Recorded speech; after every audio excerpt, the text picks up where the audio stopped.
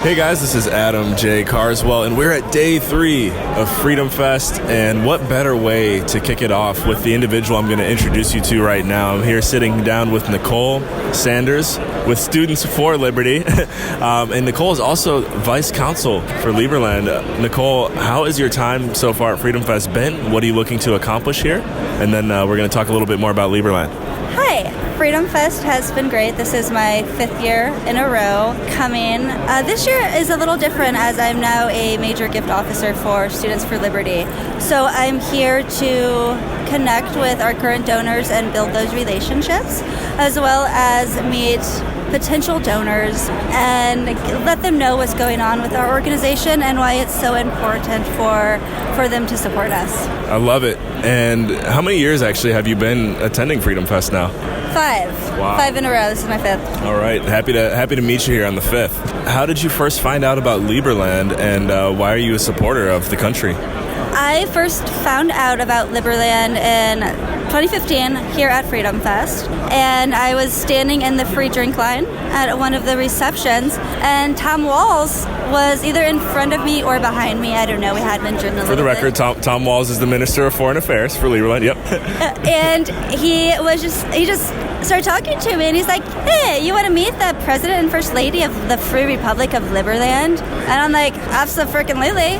Like, who doesn't want to meet a president of a country?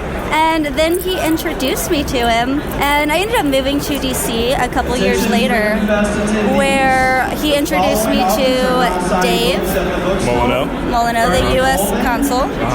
And Dave asked me if I would come on to the U.S. team, and when I lived in D.C., I would basically, I had the cool car. Okay. I had the Porsche Cayenne. Oh, wow. And so when the diplomatic team would come, I'd drive everybody around, and I had this, I love Beat. I had this, the Waze app, and I had the sound set on the boy band, and they would sing, right? Turn left, like everything, and Beat every time would sing it too. So he was like little guy in the car just singing along. It was awesome. And I would deliver diplomatic notes to embassies. I would join the team on meetings. We met with a lot of representatives and senators, their staffers, different people who run nonprofits to figure out how we can move the needle along to get Liberland looked at in a serious light and a viable option for freedom and for the future.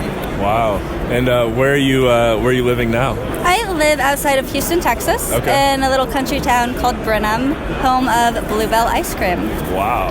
Yeah. I'm gonna have to get some of that. It's great. Yeah. All right. Well, Nicole, thank you for joining us on this special edition of the Liberland Show. Any closing remarks for our listeners? Live free. Yes. Perfect. Hey guys, welcome to another special interview. I'm joined by Philip Blumel. Phil is the president of U.S. Term Limits, and he's here enjoying himself at FreedomFest. We brushed shoulders a little bit yesterday, and I finally got him here in front of me. So, Phil, tell us a little bit, first of all, about what brings you to FreedomFest, and then we'll talk some more about Liberland. Oh, sure. FreedomFest is a blast. You know, this is a giant libertarian trade show, I guess you can call it, and you meet a lot of great people here, great parties afterwards, and I come here every year. Yeah. How long have you been coming? This is my 3rd. Okay. And U.S. Term Limits, the organization I'm with, because we're peddling our issue here. And we've been going here probably about 5 or 6 years. Okay. And actually, I guess, again, before Liberland, tell us a little bit about U.S. Term Limits. Oh, sure. Well, we're advocating term limits on politicians at all levels of government, and our primary goal, of course, is to term limit the U.S. Congress, and we have a strategy for that. If anybody's interested, they could go to termlimits.com and get more info. Perfect. Yeah, we'll put that in the show notes. Sure. Now transitioning to Liberland, how did you first find out about the country, and what makes you such a strong supporter?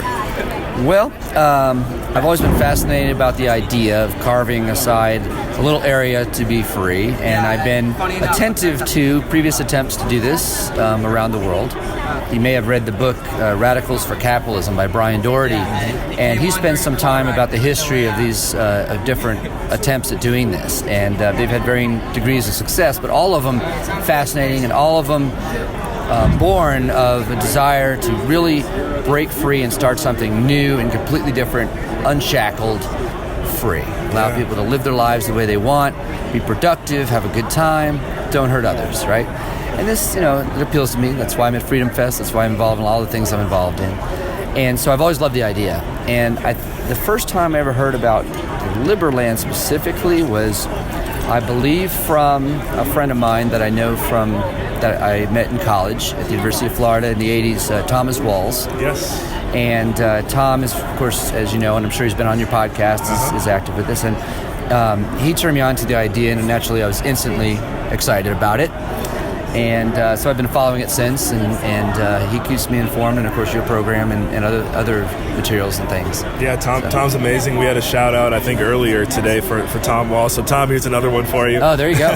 Yeah. Well, he's a good advanced man for you guys. I've been talking to him about bringing me out there, and I want to see Liberland. You got to see the land, yeah. Yeah, and if I have to crawl under a fence to get there, I'm willing to do that. Okay. I want to see Liberland. I want to be there. Yeah, as I say, coming up here mid-August, we are having an event called Floating Man, which is a little bit of a showcase of our boats and our floating homes that we have along the Danube. And then in April 13th is the 5th anniversary of Liberland.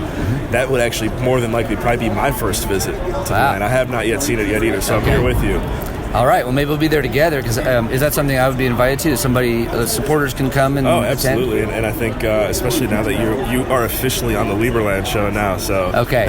we'd be looking forward to Well, I am a citizen. I want to make that perfectly clear. Absolutely. I do have dual citizenship here with the United States of America. I'm quite proud of my Liberland citizenship as well. Did you happen to travel with your Liberland passport today? We're not getting this on camera, so it doesn't really matter. But No, I'm sorry. I did not. Okay. But, I have to say, I should.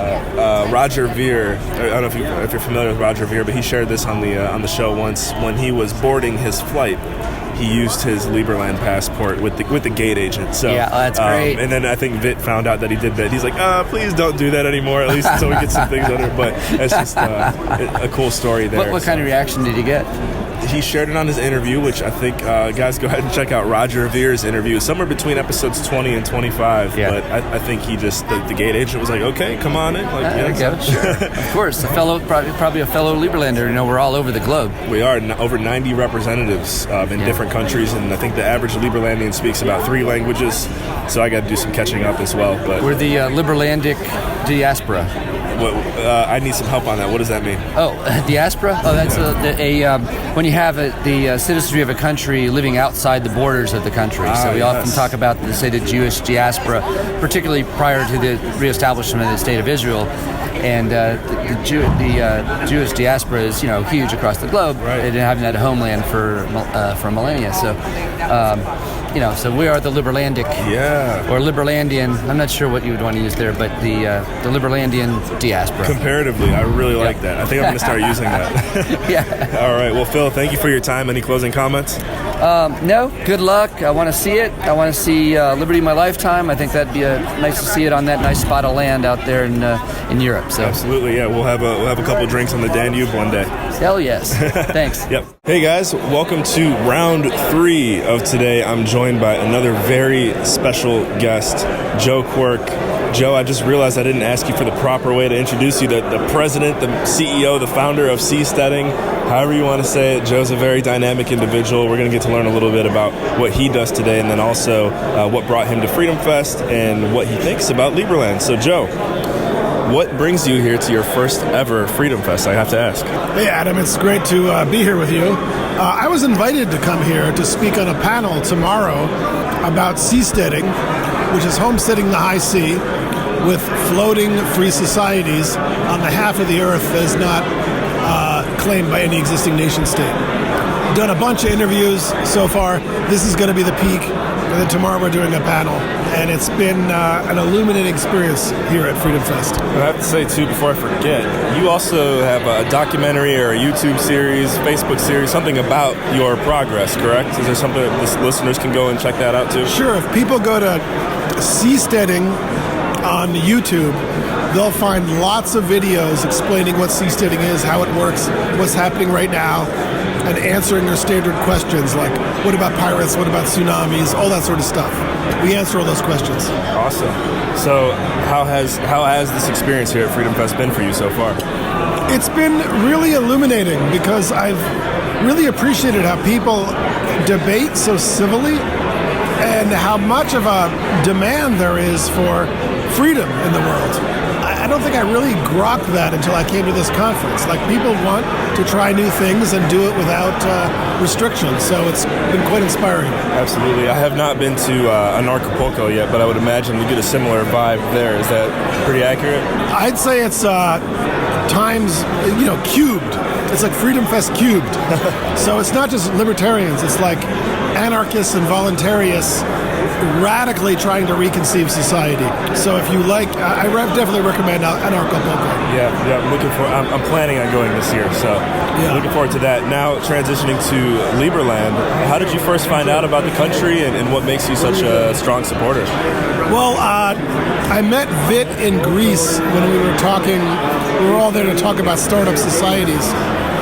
And what I admire about Liberland, it's an attempt to use jurisdictional arbitrage to sort of create a new society which could be founded on freedom. And it's kind of like Liberland is trying to do on land what seasteaders are trying to do at sea. It's like Liberland is trying to create one free society, and seasteaders are trying to unleash thousands of free societies, thousands of floating Liberlands on the ocean. And I support all these attempts to create new experiments and governments that demonstrate that our principles and philosophy work in reality. Yeah, absolutely. So I know for Liberland, probably our biggest hurdle so far as a country has been the police blockade by Croatia. In regards to seasteading, what would you say has been probably the biggest hurdle in making this a reality? Well, number one would probably be the Thai Navy trying to kill the first seasteaders. Number two would probably be the radical misunderstanding that most people hold about how seasteading can work. Aside from that, there are no hurdles. I mean, all the technical challenges have been solved. The investors are interested. All we need to do is find a host country willing to legislate significant political autonomy in their territorial waters, and we can make seasteading happen right now. Wow, okay. And so this could be a touchy topic just based on what you just said about countries, but is there any countries that are more favorable right now than others in regards to doing this? Sure, we're negotiating with at least two, maybe three. And San Lucia, which is an island nation in the Caribbean, just published a report about would seasteading benefit Caribbean nations. So an international discussion has begun about whether seasteading can help the nations that host them. So I think more people are opening their minds to this idea. Yeah, and ideas and concepts like this always start with that one quote-unquote crazy guy, and then 300 years from now, it's your face in the history books. It's Joe Quirk Day on April 2nd, or whatever. Right. So thank you for your service. We need more crazy people. I'm on your team, and I'm looking forward to watching the progress for sure. Thank you, and I really appreciate your song and video, Adam. Oh, yes, that's right, guys. Go ahead and if you go on YouTube and type in Red Pill and my name, Adam Carswell, Adam J. Carswell. I quoted Joe on, he was on a friend of ours podcast, Jeff Berwick's Anarchast, and he had a great minute quote or something like that about how I think Jeff asked you, how did you first become an anarchist? Because that's what he likes to ask people on his show. And Joe's answer was just great, so I turned it into a song. Go ahead and take a look at it. Joe, any final comments before we close this out? I think freedom is well on its way to demonstrating that it works. In my opinion, we need to get beyond land and proliferate the technology for people to try their own societies. So if you're interested, get involved with seasteading.org. If you want to get involved with the Liberland, just look up Liberland and you can become a citizen. Exactly. Just go type it in, right? Right. Okay. Thanks for tuning in, guys. We will catch you in the next episode. Hey guys, this is Adam J. Carswell, and we're here day 4 now of Freedom Fest, and I'm running into a very familiar face. He might not know my face, but I've seen him on the internet many times. We've got John Sneisen here with us, the co-host of World Alternative Media. We spoke to Josh Sigurdsson on day 1, so it's cool that it's all coming together, coming full circle right now. But John, good to see you here, and first of all, tell us a little bit about World Alternative Media and how Freedom Fest has been for you so far. Yeah, no, World Alternative Media is, of course, a alternative media station that focuses mainly on geopolitical events, economics, and money, and try to educate people about what's going on around the world and trying to put it in a very easy to understand sense instead of all the mumbo jumbo you hear at Bloomberg or BNN, all these big channels out there that are just puppet heads for their owners, like their shareholders and so on. So we're trying to really change that and give people the real facts, but in a very simple way, not the way that you just sit there and like a question mark after you heard an interview kind of thing, which happens a lot. But yeah, no, it's been great here at Freedom Fest. It's always fantastic meeting a whole bunch of like-minded people and lots of friends there, of course, that we know that are speaking or are engaged in this whole process. So it's really exciting. Yeah, I have to say, I don't know if you guys can hear the epic music that we have going on in the background here. It sounds like one of the rooms here must be doing something with drums. So just making note of that. Anyways, John, that's awesome. Definitely a big fan of everything you guys are pursuing and working on. I follow you on YouTube, so this is cool. Like I said, more importantly, Liberland. You know about us. You know what we're working on, the project, the country. How did you first find out about Liberland, and what makes you such a strong supporter? Well, Liberland, I found first about it when I went to 2.5 years ago now to Anarchapulco, and Vicelicha was speaking there, and it entices me when somebody's actually trying to change the world by creating a new country and creating rules to live in that country that's like 110,000 times better than what we have any solution for today in any nations around the world. So, of course, that's caught my eye that Vit had this grand idea of his nation, and it's funny how it was, in between two nations, like Serbia and Croatia, of course, like the little micronation that he set up for himself, which, had, like me being a monetary historian, I studied, the civil war that happened in Yugoslavia and the hyperinflation that entailed out of that. So I have lots of stories about that, but so that's what really got me very, very interested, that he put it there, all places, kind of right in the hotbed of the big government fights between communism and markets, free markets that was trying to fight each other out after Tito fell over there. So, but yeah, I just loved his idea, and especially that he's trying to find new ways of bringing governance to the people through blockchain systems that he's been looking at, and just creating almost I get a feel of that we're going to have a digital nation here on our hands as well. I think that's what we're kind of like what Liberland is almost merging into as well, which is fantastic. You could be part of a belief in the nation, but you don't need even a boundary anymore. You could just be digital nations and digital people, believing in a certain thing. And I think that is, historically, that is something that we've never seen before. Mm-hmm. That's a very true and interesting point that you made there. And, I have to validate it because, for example, Liberland ground has not been broken yet in regards to actual physical buildings, and there's reasons for that. And if you want to know more about that, listen to some other episodes of the Liberland show. It's so amazing how the idea is what's growing, and that we have more than 90 representatives in different countries now. I say this all the time. The average Liberlandian speaks about 3 languages, and the idea continues to grow and grow and grow. And so, as you mentioned, that is proof. It's a digital nation. So I'm happy that's what you like. Yeah, very much so. And I'm of course very excited that we're bringing in Vicelicha to come into my conference that I'm hosting in Winnipeg in Manitoba. So for all of you Canadians out there, you gotta check out what's happening in Winnipeg in Manitoba, 11th to 13th of October. We have a crypto blockchain and alternative money, so we're bringing in the actual gold and silver, like everything that could be potentially money into the specter. But we're having Vit there, talking about his fantastic project that Liberland is. So we're very excited to have him out and many other great speakers. And you should check it out. It's at winnipegcryptoconference.com. And yeah, it's a fantastic a chance to actually come and meet with, actually in Canada. He's been a couple other places in Canada, but now he's coming to Winnipeg, and I know there's a thriving community of Liberland people in Canada, so we're very excited to bring Vit over here so they could, come and meet him and listen to him talk, and of course bring his ideas to so many more people. Absolutely. Yeah, so it's remind me, Winnipeg Crypto Conference? Yeah, WinnipegCryptoConference.com. Yeah. Perfect. Thank you, John. Well, thank you for your time. Look forward to seeing you in the future, and as we like to say at Liberland, live and let live. Yeah, very much a pleasure, Adam, and it's a pleasure meeting you as well. Absolutely. Hey guys, welcome back to day 4 here at Freedom Fest. We're wrapping it up, and this very well could be our last interview for the show here today. I'm joined by everyone's favorite, as I like to say, Jeff Berwick. Jeff just got done speaking at a couple panels. Jeff, I got to say, what brings you first of all to Freedom Fest this year, and how's it going for you? Actually, I was asking myself the same question. Why am I here?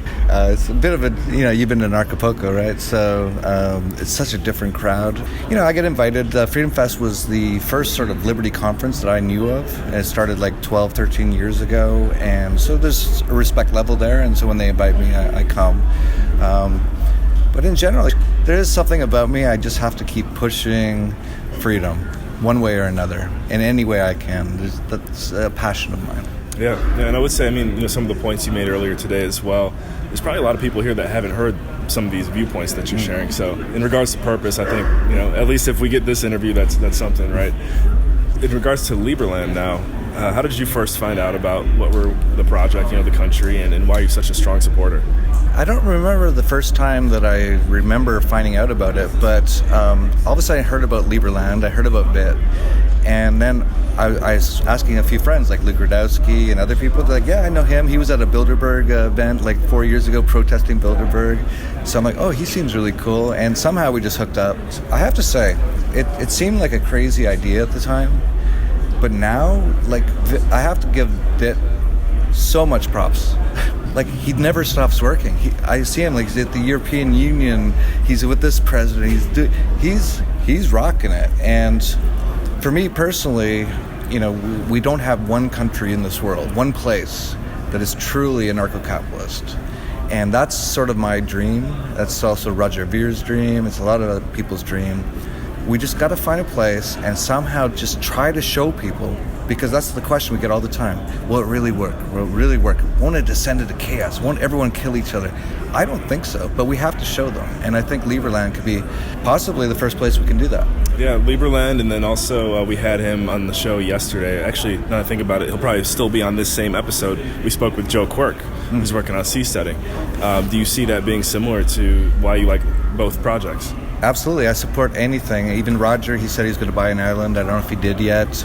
Anyone who wants to start an area and try to really just do this experiment of what anarchy would be like, I'm 100% on board. So seasteading as well.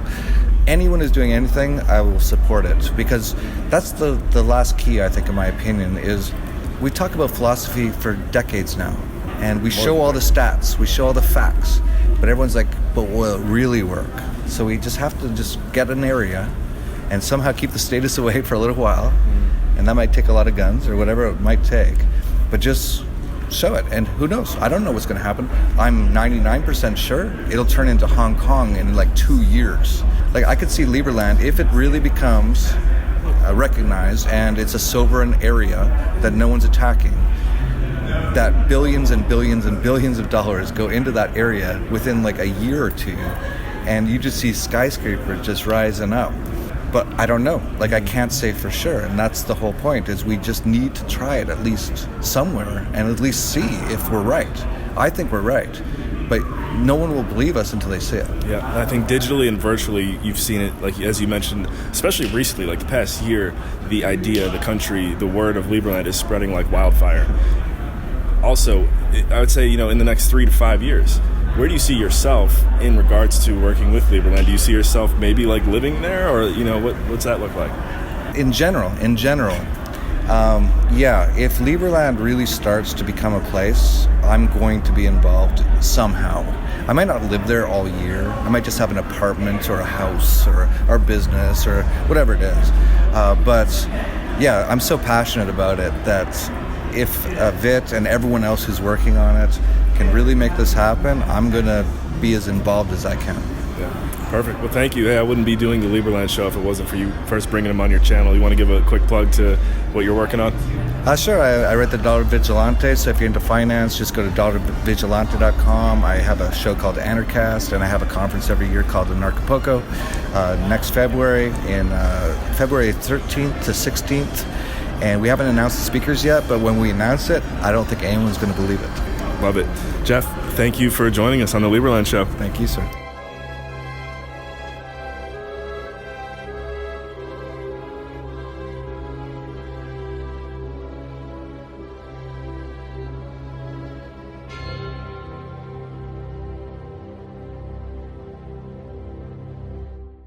Guys, if you enjoy listening to the Liberland show, be sure to check out my own personal podcast called Dream Chasers.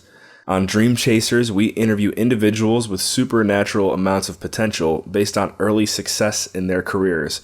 Go ahead and do a web search on it. Again, my name is Adam Carswell, Adam J. Carswell. Go ahead, type in Dream Chasers, and it should pop up for you to listen there on any platform, YouTube, Facebook, Spotify, iTunes, etc. Thanks for tuning in to the Liberland show, and we will catch you in the next episode. Thanks.